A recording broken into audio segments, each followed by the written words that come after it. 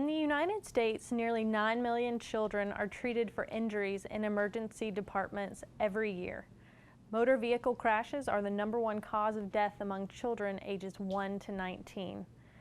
Of those, children ages 2 to 5 who use safety belts prematurely are 4 times more likely to suffer a serious head injury in a crash than those in child safety seats or booster seats. A local agency is working to change potentially life-threatening situations by creating awareness to child passenger safety in and around cars. Their story is coming up on Polk Place.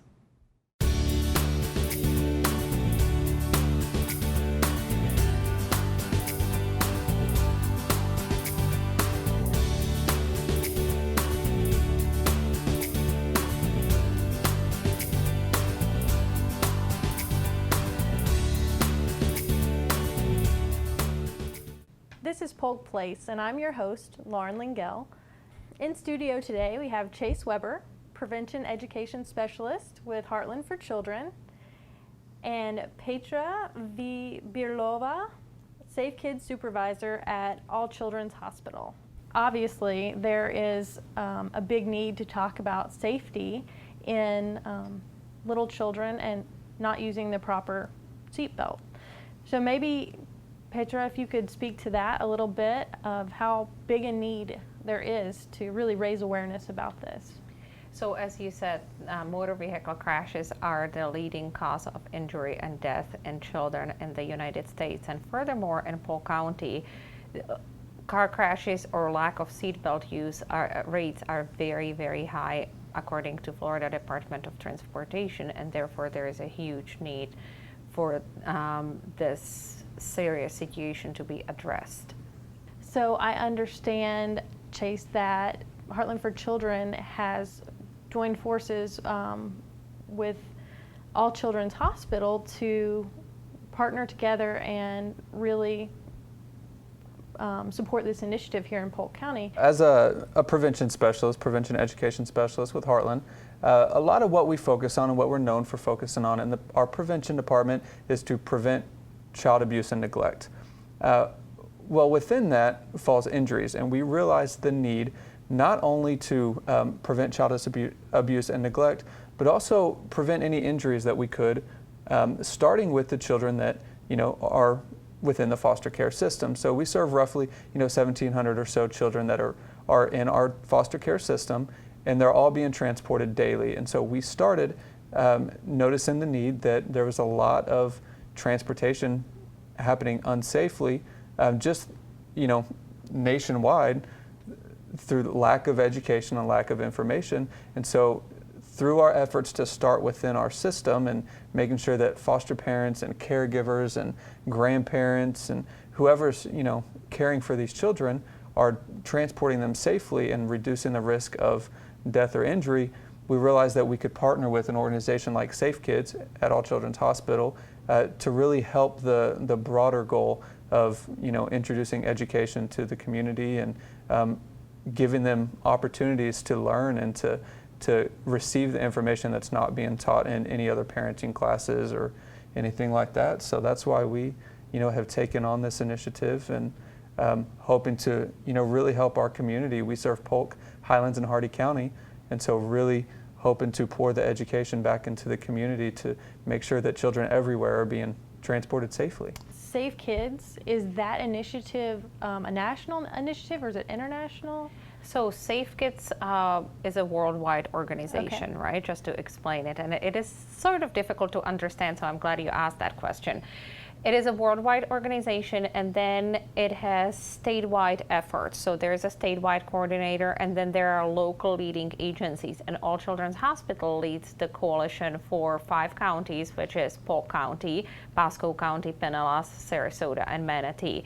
So what All Children's does is coordinate the injury prevention efforts in that area, which includes child passenger safety, and that means car seats, seat belts. We do program for teens here in Polk County as well, and also safety in and around vehicles, which means hot car entrapment, backovers, and things of that nature.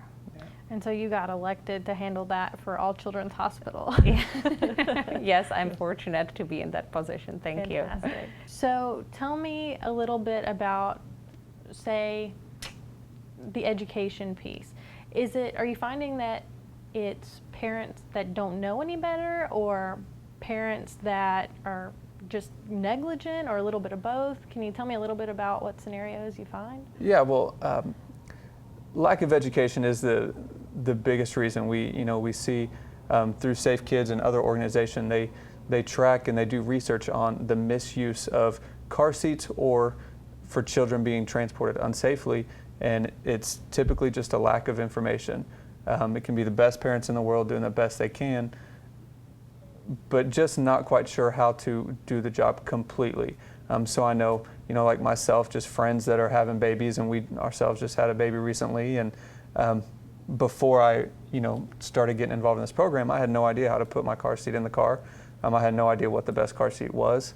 There was all kinds of classes we could take on childbirth and, different parenting classes, but weren't really able to find much on car seats.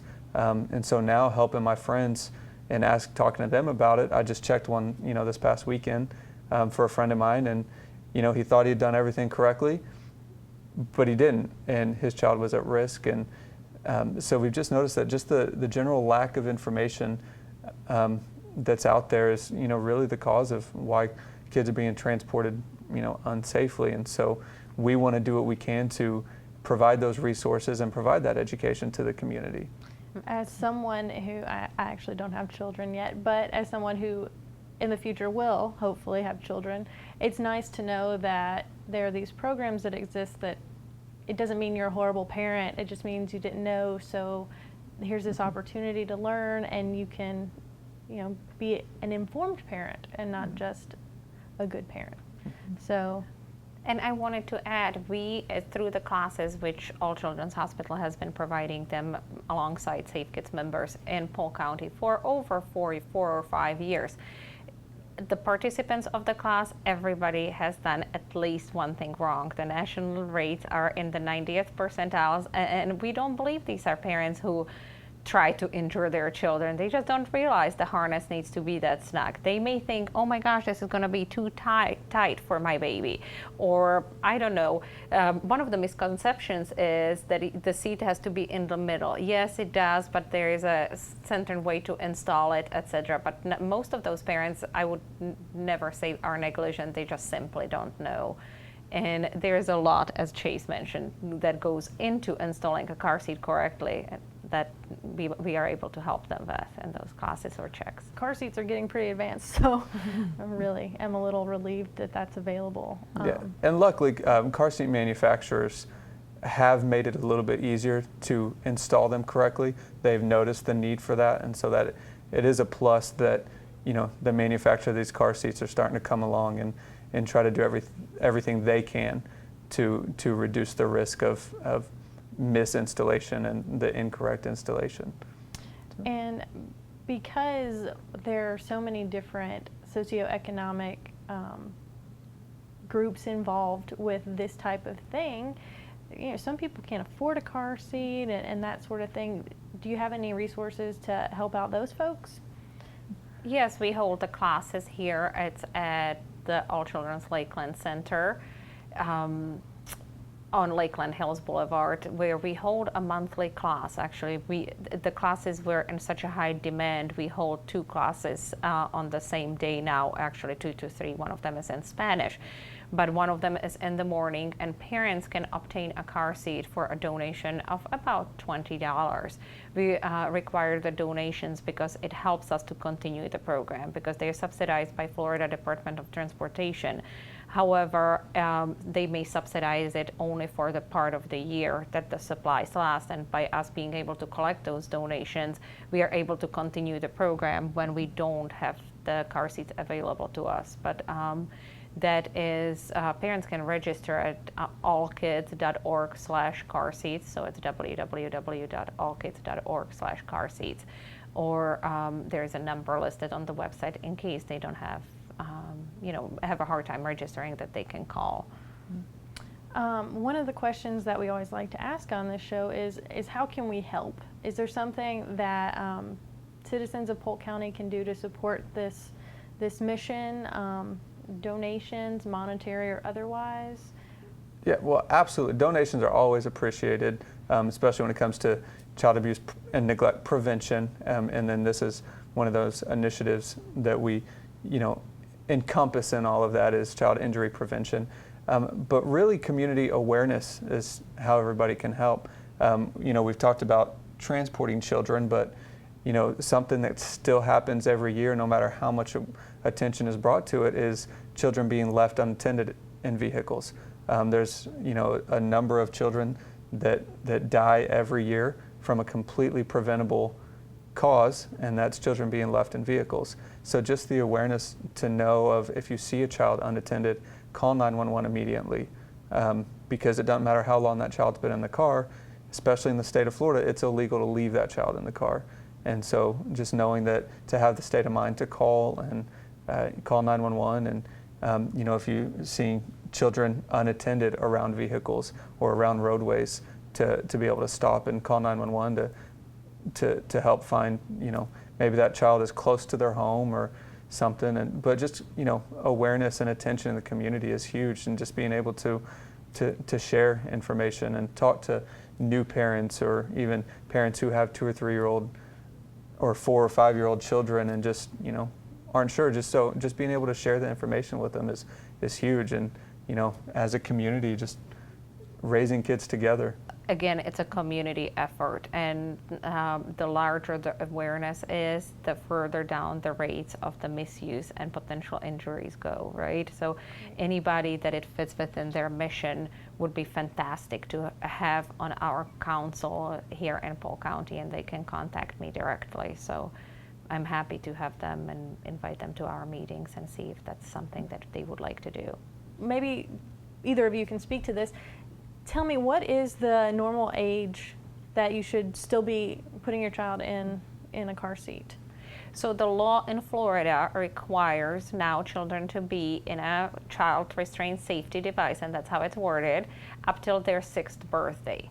Now, there's the reason they picked the word child restraint device is because the child can be in either a car seat or a booster seat. However, the safest practice is that the child is in in a booster seat. Still, they are 4 feet 9 inches, because that's when the adult seat belts fit them properly. Because if they don't fit them properly, they can still get injured beyond the benchmark of the 6 years. Do you have any tips that we can give to our viewers with regard to safety, or just things that they should be practicing in general? Yeah, well, as far as car seats and using car seats, the best tip I can provide for that is to call and ask. They can, call us at Heartland and just get direction, and we can point them in the right direction for those resources. Or they can call Safe Kids and or All Children's Hospital and ask those questions, and then maybe attend a child passenger safety education course or something. But a few tips for heat stroke that we like to give everybody is never leave your child unattended in a vehicle, even for a minute. For more reasons than just heat stroke. You never know what could happen in those 1 or 2 minutes, but a child's body temperature rises 5 times faster than an adult's. They have a much harder time regulating body temperature. So what may not seem like that long to us is a really long period of time for a child. So some things to help is, put something important, a cell phone or a wallet, in the back seat when you have your child with you. So when you stop, you have to get that out, and it reminds you that child is back there. Because what we see a lot is the parents just say they forgot.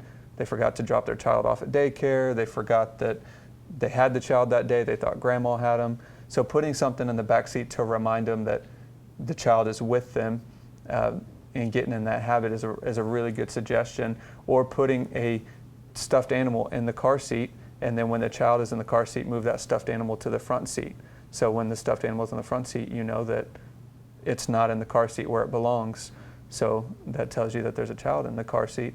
Great idea. Yeah, and then we know that backovers, children being backed over from playing around vehicles, that's another huge one. So just checking around your vehicle, being aware of where children are before you get out.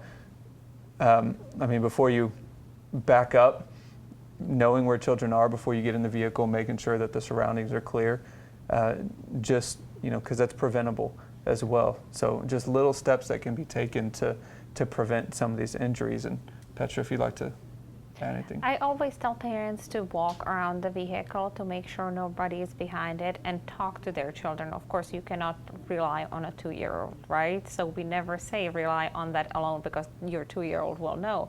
We say, but give them some tool. If you find yourself behind a car and the car is on, please run away, go on the grass and wave at me so I can see you. So if they find themselves in that situation, they know what to do. And with the heat stroke, definitely create yourself reminders. Also, work with your daycares. That's another tip. Have them call, oh, my child didn't show up today, or your child didn't show up today. Please give me a call if we don't show up and if we are scheduled to be here, because statistically, most parents are not negligent people. Most people truly forget. I mean, not so long ago, I think it was in Lake County, there was a public defender and who forgot his child in the vehicle. So it's people who know better, they just simply forget, they're busy. Right. Mm-hmm. Well, those are great tips. And hopefully our viewers will put them into practice and use them. Thank you both so much for being here and for sharing that very valuable information with us. Thank you for having us. Yeah, thank you so much. Each year, motor vehicle accidents continue to be a leading cause of death and injury. Death and injuries occur from improper use of car seats, accidental backovers, and heat stroke. Child passenger and safety professionals can explain the risks involved with each of these topics. They will also provide simple solutions and educational information for parents and caregivers to help prevent potential injuries and keep their children and teens safe around vehicles. For more information about how to access these resources, give Heartland for Children a call at 863-519-8900 or look them up on the web at heartlandforchildren.org or allkids.org/carseats.